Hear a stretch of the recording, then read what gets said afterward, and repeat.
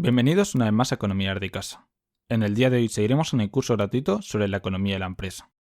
En este capítulo desarrollaremos la estructura financiera de una empresa. La estructura financiera nos muestra las diferentes fuentes de financiación que hemos elegido para financiar nuestra actividad.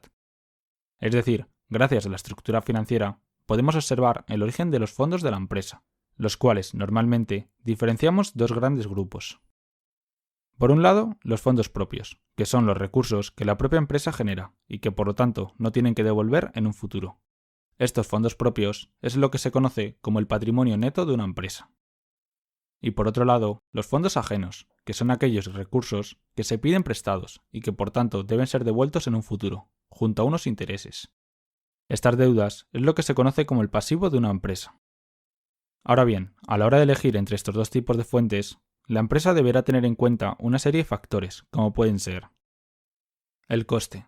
Los fondos propios, al ser generados por la empresa o aportados por los socios, el coste es cero, ya que no tienen por qué ser devueltos. Sin embargo, en los fondos ajenos sí que tendríamos unos costes, en forma de intereses o de comisiones, que dependerán de qué fuente de financiación elijamos.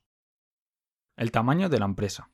Las empresas grandes suelen tener más posibilidades para conseguir fondos de diferentes fuentes de financiación ajenas, mientras las pequeñas, en ocasiones, se ven limitadas a los propios fondos, que puedan generar por sí mismas, y no tienen acceso a estas fuentes de financiación ajenas. El equilibrio financiero. Debe haber una relación entre las inversiones realizadas y las fuentes de financiación escogidas. Por ejemplo, no tendría sentido pedir un préstamo a devolver a 10 años, en el que pagaremos más intereses si vamos a comprar con ese dinero existencias que venderemos en unas pocas semanas. Tampoco tiene sentido que compremos una máquina que va a estar en la empresa 15 años y pidamos un préstamo a devolver a 6 meses, ya que la máquina no habrá podido generar beneficios suficientes para pagar esa deuda. Por lo tanto, una vez estudiados los diferentes factores, la empresa podrá decidir si financiarse a través de su patrimonio neto o a través del pasivo con deuda. Con todo esto me despido por hoy. Si te ha ayudado y quieres seguir aprendiendo, te dejo 2 vídeos para que cliques en ellos, basados en las recomendaciones de YouTube.